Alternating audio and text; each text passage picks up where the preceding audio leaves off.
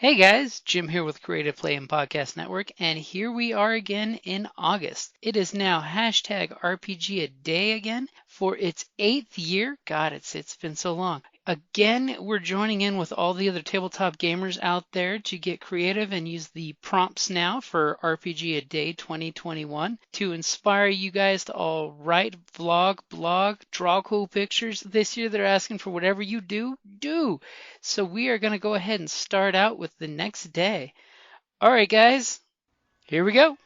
Hi, this is Kelly, aka Trixie from Ragnarok and Roll, assigned to Ragnarok Story, and Tilda Wimblewick from D&D Journey of the 5th Edition.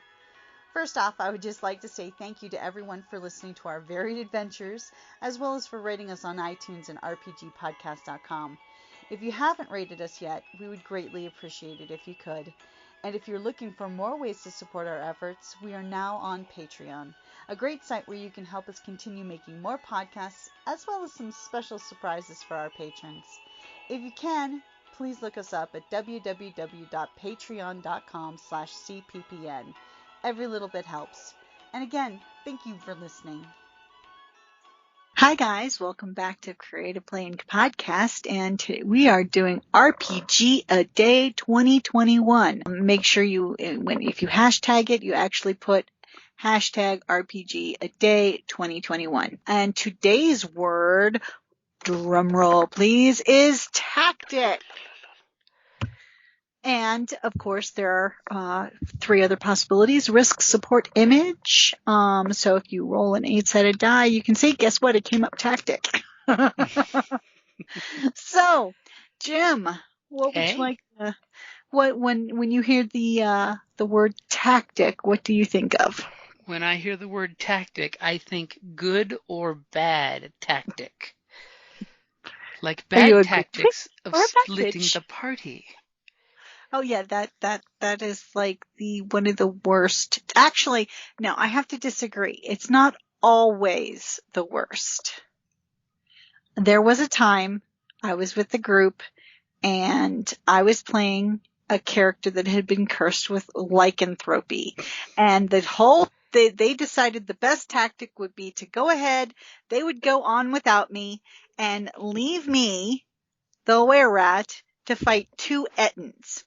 And the reason why is because their tactic was that since I was a lycanthrope, and at the time the rules, were that I could only be hit with a magic weapon or a silver weapon, and they had clubs. So they went off without me to kill the 2 ettins, because of course they couldn't lay a finger on me. It's a good tactic. I mean, yeah, props on that one.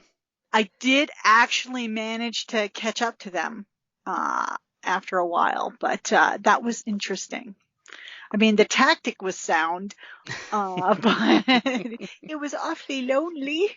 And in part of it, I actually had to leave the room because the GM was like, nope, you're not here, go. And I'm like, oh. And so trying to find them was confusing. They hadn't thought the tactics hadn't gone that far. But eventually the character did catch up with them. They figured they would leave you a trail of corpses to follow. Yeah, pretty much. Yeah, and the funny thing was this character was also cursed with insanity. So he had a split personality. So every so often the DM would roll a die and a different character would come up. So yeah, needless to say, I did get cured of the insanity. I actually rolled a natural 100 when I was praying to my god. You prayed the pray. Yes, I did. And sure enough, he's like, okay, you can pray. It's like, you got to get a natural 100. And I did. It was awesome. It was so amazing. So the god wouldn't cure me of both, but he did cure me of the insanity. He's like, you got a choice. Which one do you want? Yeah. So I stuck with the lycanthropy, the were-rat. But he did cure the insanity, so that was nice.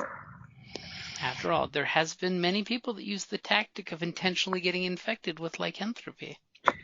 Well, yeah, that this character did not.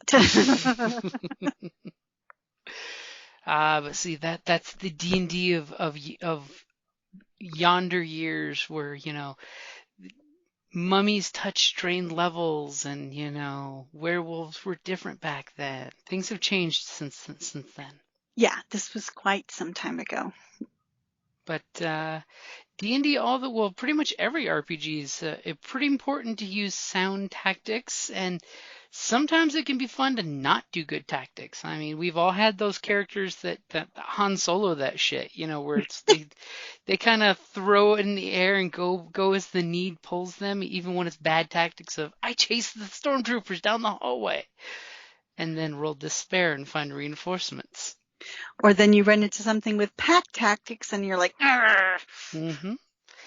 I will throw out, from the GM's point of view, make sure that your monsters and creatures, when it is sound, use sound tactics. But don't be a jerk, and make sure sometimes that you guys are not using, as I call it, the Negan tactics, where they're unfallible because they know every plan the players are making. Let your bad guys set a tactic and stick with it. If the players do something cool, they need to be rewarded for doing something cool. It's one of those where it's not your job to beat them in the game. So make sure that if your guards are using the tactics of standing there saying no blades, no bows, and they're stripping weapons from people walking up, you hid shit in the wagon. And if you successfully hid your stuff in the wagon, you get to bring those weapons in. Or if you're really smart, you smuggled them in casks of booze or something different. So that way, if the players have good tactics, reward them for that. Because that's one of those things that your players are thinking about it. They're actually injecting cool ideas and concepts, and that alone is a great tactic at your game table to get your players immersed and involved. Yeah, or dress up the halfling like in a cloak and try and hide the fact that they're a halfling and not a goblin, and then teach them goblinese where you think you're saying yes, yes sir, or yes commander, and it's really I'm a pretty princess. Gob. That's a good tactic. Throw mud on the halfling's face, disguise him as a goblin. I mean, no offense, Tolkien did it. Why can't everybody else? Yes, but you kind of ruin the effect when you give her the wrong line. Not when it's the hobgoblin looking at the rest of them going, the goblin's crazy. And they're like, oh, okay. Hitting the head. I'm a pretty princess.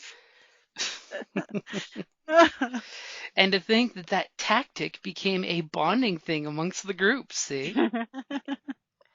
True.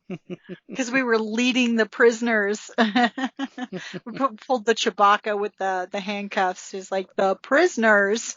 The prisoners, air quote, with the loosely hanging chains. Yeah. You sly dog, you pulled the Chewbacca. And again, it worked. Rewarding good tactics. If your players are willing to use good tactics, it's one thing I like with 5th edition is you can now give advantage. So you can actually tactically give them a boost with good tactics. If your players use a duck blind to attack their enemy with advantage, boom, you're immediately rewarding them with you get the better of 2 dice. I hope they come up ones. GM curse. Yeah, no, that's happened to me. Repeatedly. But it is nice, when good tactics get rewarded so that way they use them again. Mm-hmm. And sometimes when bad tactics are used, you make sure that there's consequences for bad tactics. Encourages them to think outside the box. Mm-hmm. Sadly, last, our Thursday night game that we don't stream or podcast, one of our players got a captain to surrender their boat, but started acting very petulant and started threatening people. That was a bad tactic because he was going to work with the players group because they killed the evil wizards on board who hired them. And they were sticking their hands out saying, if you pay us, we'll do the same thing for you. And they started saying, you'll do it or you'll die.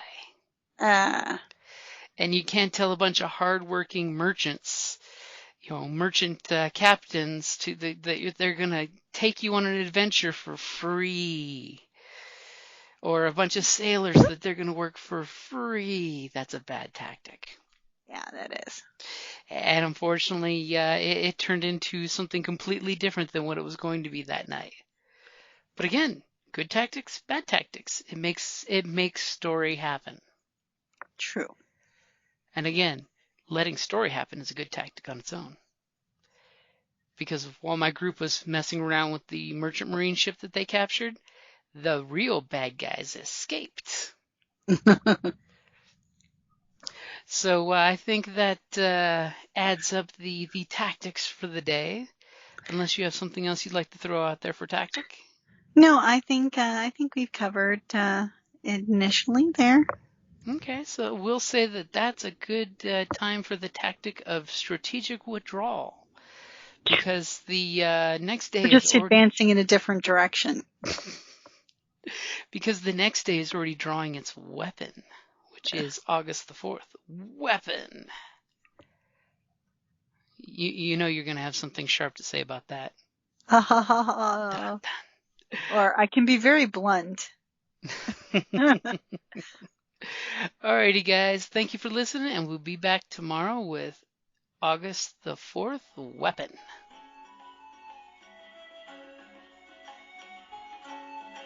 Thank you for listening to the Creative Play and Podcast Network. And feel free to enjoy our other shows, such as D&D Journey of the 5th Edition and Scion Ragnarok and Roll, a Scion hero to Ragnarok story. Thank you for listening.